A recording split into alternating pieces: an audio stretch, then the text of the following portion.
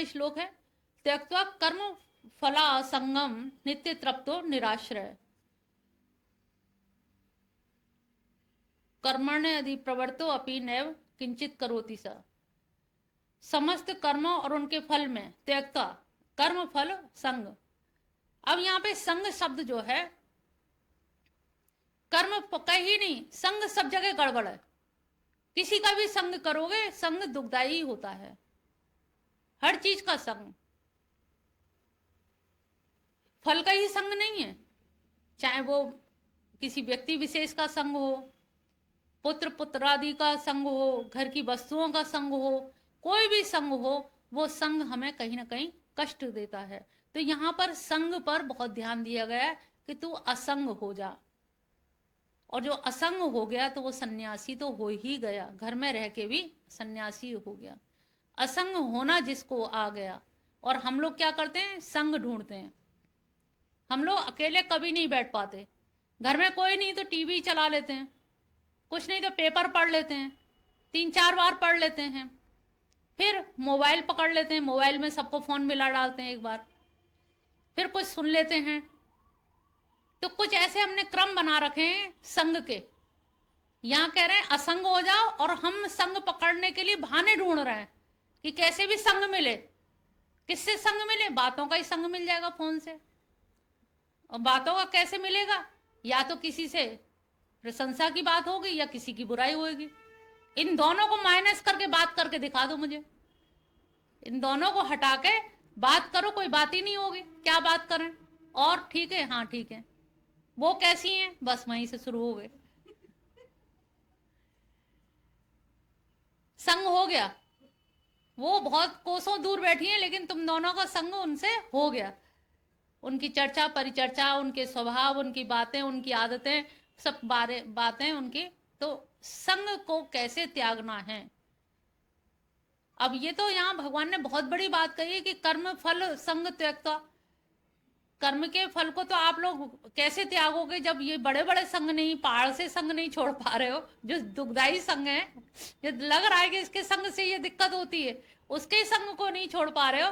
तो जो फल का संग है, जो कर्म तुम कर रहे हो, तो उसमें कहेंगे प्रभु इतना तो बनता है हमारा ये तो हमारा राइट है, आखिर इतना तो बनता है कि भाई सवेरे से लगे, इतना किया है तो इतना तो होता है हमारा। लेकिन जो संग जो दुखदाई हैं, जिनके संग से हमारी विचारधारा दूषित हो जाती है, जिनके संग से हमारी मनोवृत्तियां गलत हो जाती हैं, ऐसे संग त्याग करने योग्य हैं, छोड़ देने चाहिए। इसीलिए सत्संग पे जोर दिया गया है कि संग तो नहीं छोड़ पा रहे हो तो तुम सत्संग कर लो, तो संग छूट जाएगा। भाई कुसंग को वैसे नहीं छोड़ पा रहे हो, फ्री बैठे हो, अगर पूरे दिन तुम इतने बिजी हो, दिन भर अगर माला जप रहे हो, 101 माला जप रहे हो, तो तुम्हारे पास टाइम ही नहीं मिलेगा। और जब टाइम मिला तो शाम की चाय का समय हो गया, फिर सुबह के भोजन का समय ही नहीं है। तो अच्छा हो कि इसीलिए ब्रज में देखा है कि ज्यादातर लोग बैठी होंगी महिलाएं, या तो कंठी बनाएंगी, भगवान की पोशाक बनाएंगी, ऊनी वस्त्र बन रहे होंगे, कंठी बना के, या फिर माला जप करेंगी। और माला जप का इतना ज्यादा अनुष्ठान ले लेती हैं, इतने ज्यादा ले लेती हैं कि उसमें उनको टाइम ही नहीं मिल पाता कि हम कब किसकी बातें करें, समय ही नहीं है। जब कोई कहे और समय है तो वो बिहारी जी की झांकी, द्वारकाधीश की झांकी, उनकी 4 झांकी बंधी हुई हैं, सुबह दोपहर शाम, तो झांकी में जाना है, तो समय है कहाँ? वहां ब्रज में हर आदमी भागता दिखता है। ब्रज का मतलब ये चलना, चलते रहना, और वहां हर व्यक्ति चलते ही दिखता है, कभी कोई सोता बैठता नहीं दिखता। जब देखो, जब भीड़, ये जा कहाँ रही है सबके सब, हम तो यही देखते हैं ये जा कहाँ रहे हैं, हर व्यक्ति चलता दिखता है, और लाखों की भीड़ दिख रही है, और हर दिन दिख रही है। पहले सैटरडे संडे दिखती थी, अब तो हर दिन दिखती है। तो ये कहाँ जा रहे हैं? क्योंकि वहां व्यक्ति बैठना जानता ही नहीं है। आए हैं मनुष्य जीवन में, पैर है, हाथ पैर है, तो ये कन्हैया के लिए है। उनका नाम जपो, नाम रटो, भजन कीर्तन गाते जा रहे हैं, सवेरे जमुना स्नान करने जा रहे हैं। दामोदर मास में पूरे में इतने भर के जमुना जी का स्नान होता है। तो ये सारे जो नियम उन्होंने बना लिए हैं, तो बात ये है कि आपने अपनी दिनचर्या कैसी बनाई है, टाइम टेबल क्या है, समय सारणी क्या है आपके जीवन की। और समय सारणी अगर ऐसी व्यस्त बना ली है तो आपको कुसंग का समय ही नहीं मिलेगा। जब कुसंग नहीं होगा तो फलों का संग भी छोड़ना आपको आसान लगने लगेगा। और ऐसा व्यक्ति नित्य तृप्त हो, हमेशा नित्य तृप्त होता है। नित्य तृप्त क्या? कभी कभी हम कुछ गलत कर बैठते हैं, वो दो महिलाएं उधर कोने बात कर रही हैं और हमारी तरफ देखती जा रही हैं और बात किसी और की कर रही हैं, लेकिन हमें शंका क्या होती है, लग रहा हमारी वही वाली बात पता लग गई है। अगर हमारे कहीं कोई बात नहीं है और बहुत निश्चल हमारा चरित्र है और कहीं किसी के लिए गलत नहीं किया, तो हमें डर ही नहीं लगेगा और ना किसी चीज की हमें अभिलाषा होगी। तो नित्य तृप्तता का भाव आता है, और जो नित्य तृप्त होता है वो निराश्रित भी हो जाता है, वो केवल भगवान का आश्रय लेता है, वो जगत में किसी का आश्रय नहीं लेता। जिसके टेढ़ी टांग वाले सहारे हों तो उसे किसी और सहारे की आवश्यकता नहीं मिलती है। तो निराश्रय होगा, नित्य तृप्त होगा। कर्मण्य अभी प्रवर्तो अपि नैव किंचित करोति सा, और वो कर्म में प्रवृत्त होते हुए भी कुछ भी ना करता हुए के समान है। लगता तो है कर्म करे बिना तो रह नहीं सकता, कर्म में प्रवृत्त तो है, करता है, लेकिन फिर भी वो करता हुआ सा नहीं है, क्योंकि नाम रटता जा रहा है बार बार। कृष्ण कहते हैं ना, काम करते चलो, नाम रटते चलो। पोछा लगा रहे तो, बर्तन मांज रहे तो लगातार नाम रट रहे हो, तो अब कैसा लगा है पोछा, कैसे बर्तन मांजे, कैसे, उस तरफ ध्यान नहीं जाता। तो नाम रटने से क्या होता है, निरंतर नाम चलने से, अजपा जप चलते रहने से आपके इन कामों में आसक्ति नहीं होती है कि कैसा हुआ, को लोग क्या कहेंगे क्या नहीं कहेंगे। भाई हमने कर दिया, हमें जैसा आता था, भगवान का नाम भी चलता रहा, और आप अपने आप में आप्त काम है, आपको कहीं भी कोई दिक्कत नहीं है। और किया भी है काम और नहीं भी किया है, क्योंकि मन लगाया नहीं उस काम में, लेकिन हाथ चलाए हैं तो किया है, और मन लगा नहीं इसलिए किया नहीं है, तो दोनों काम हो गए। तो करता हुआ भी ना करते के बराबर है। 21वां श्लोक है, निराशिर यत चित्तात्मा, जिसका अंतःकरण और इंद्रियों के सहित शरीर जीता हुआ है। यत चित्तात्मा, चित्तात्मा भी जीता हुआ है। त्यक्त सर्व संग्रह, और जिसने सारे संग्रह को छोड़ दिया है कि मैं जोड़ के करेंगे भी क्या, बहुत ज्यादा, क्योंकि फिर उनमें याद रहती है। अब 10 तरह के कपड़े हों तो 5 मिनट सोचना पड़ता है कि कौन सा पहन के जाए। अब एक ही जोड़ी हो तो कुछ सोचना ही नहीं, पहनो और चलो। साधु संत क्यों एक या दो ही लंगोटी रखते हैं, कि ज्यादा है ही नहीं, विकल्प ही नहीं है। तो इतना संग्रह की जो वृत्ति है, संग्रह करो फिर उसकी सुरक्षा करो, तो संग्रह और सुरक्षा में ही हमारा जीवन कट जाता है। तो यहाँ भक्ति की पहचान है कि वो संग्रह से अलग रहता है। निराशी, निराशी का मतलब निराशा नहीं है, निर है आशा जिसकी, जिसकी आशा समाप्त हो गई है, उसे आगे के लिए कोई आशा नहीं है कि भगवान ऐसे कुल में जन्म देना, भगवान इतना पैसे वाला बना देना, इतना हमें शिक्षित बना देना, इतना ये, हमारी कोई आशा नहीं है। बस हमारी आशा क्या है, आपके चरणों में ही आने की, बस एक मुमुक्षुत्व या एक जो पाने की अभिलाषा है, वो एक नैसर्गिक अभिलाषा है और वो होनी चाहिए, क्योंकि वही हमारे जीवन का प्रयोजन है। शारीरम केवलम कर्म कुर्वन्नाप्नोति किल्बिषम, और शरीर को केवल चलाने के लिए कर्म करते हैं, और जब चलाने के लिए कर्म करते हैं तो फिर कोई पाप नहीं होता है। और पाप क्या होता है, दरअसल फिर पुण्य और पाप की परिभाषा ही खत्म हो जाती है, क्योंकि पाप किया है तो स्वर्ग मिलेगा, वो नरक मिलेगा, और पुण्य किया तो स्वर्ग मिलेगा। और कृष्ण की भक्ति में तो हमें स्वर्ग और नरक दोनों ही त्यागने पड़ते हैं।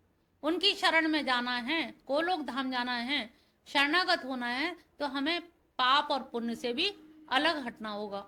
हम इसकी चिंता में ना करें कि पाप ना हो जाए, अरे हमें पुण्य भी नहीं करने, हमें तो केवल तेरा नाम लेना है। पाप और पुण्य के झगड़े में पड़ेंगे तो भी हमारी बुद्धि कहीं ना कहीं आसक्त हो जाएगी, संग हो जाएगा, हमारी चित्तात्मा में वो चीज नहीं रहेगी, कोई आशा हो जाएगी कि हम पाप नहीं कर रहे, पुण्य किए तो भगवान कुछ तो हमारा ध्यान रखेंगे। तो हमें ऐसे उससे भी अपने आप को अलग रखना है। यद्रक्षा लाभ संतुष्टो द्वंद्वातीतो विमत्सर, यद्रक्षा लाभ, जो भी बिना इच्छा के, क्या ना, यथेच्छसी, जैसे भी मिल जाए, जो भी बिना इच्छा के, जैसा जो मिल जाए, अब जो मिल जाए उसी में संतुष्ट रहना। तो ये क्या है, इच्छा अपने आप खत्म हो गई। जब इच्छा हो गई, अरे ये क्या दे दिया, ये भी कोई चीज है, बताओ, हम तो क्या सोच के आए थे, क्या मिलेगा और क्या मिला। तो यहाँ पे यद्रक्षा का मतलब है अनायास, जो भी जैसा भी, अयाचित, बिना मांगे जो भी मिल जाए। सदा यद्रक्षा लाभ संतुष्ट हो, जो मिल जाए उसी में संतुष्ट रहना।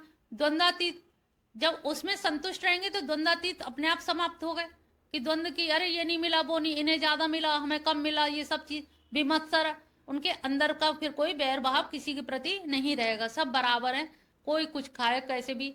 तो एक जो समूह में, जो संगत में बैठ करके, पंगत में जो खाने का जो प्रचलन हुआ, भगवान ने गोवर्धन जब उठाए तो सारे गोप ग्वालों को संग बैठा के खिलाने में उन्होंने इंद्र का यही एहसान माना कि तूने वज्रपात तो बहुत किए, लेकिन अच्छी बात यह की कि हम सबको एक जगह बैठा दिया तूने, इकट्ठे कर दिए 7 दिन के लिए। इतनी अच्छी पिकनिक कभी ना मन पाती, जो तेरे मूसलाधार बारिश कराने से ये हो गए, इसलिए तू माने, तुझे क्षमा किया जाता है। उसकी प्रार्थना स्तुति स्वीकार कर ली। तो जब हमें विमत्सर, किसी से बैर नहीं होता और सब लोग मिल बैठ के साथ में भोजन करते हैं और कोई बैर नहीं होता, समा सिद्ध व असिद्ध च कृतवापि न निबद्धते, तो ऐसे व्यक्ति सिद्धि और असिद्धि दोनों में ही समभाव रहता है। उसमें ये नहीं रहता कि हमें सिद्धि मिली कि असिद्धि मिली, हमें ये नहीं मिला कि वो नहीं मिला, इन सब चीजों से अलग रहता है। तो सम रहने वाला, यहाँ पर सम शब्द बहुत आया है। समत्वम योग उच्चते, योग की परिभाषा ही, पतंजलि योग की परिभाषा क्या दे रहे हैं और यहाँ पर योग की परिभाषा क्या है। पतंजलि कह रहे हैं चित्त वृत्ति निरोध सहयोग। अब कैसे वही चित्त वृत्तियों को निरोध कर लिया जाएगा, और ये कह रहे हैं नहीं समत्वम, ये दो तो बिल्कुल हाथ को भी ना पता लगे कि ये फलाए कि फलाए, एक सही चले, ऐसा नहीं अपनों के लिए ऐसा हो जाए और दूसरों के लिए इतना हो जाए। तो ये जो समभाव है, ये बहुत बड़ी कठिन तपस्या है। ये शब्द जो है छोटे जरूर लग रहे हैं, लेकिन ये है बहुत कठिन, बहुत अभ्यास इनके लिए चाहिए। समान रूप से कर्म कर्तव्य करता हुआ भी बंधता नहीं है, क्योंकि उसमें बैर नहीं है, द्वंद्व नहीं है, जो कारण है वो है नहीं है, जब कारण नहीं है, हेतु नहीं है, तो वो कर्म करता हुआ भी बंधन में नहीं पड़ता और उसको बांधते नहीं है।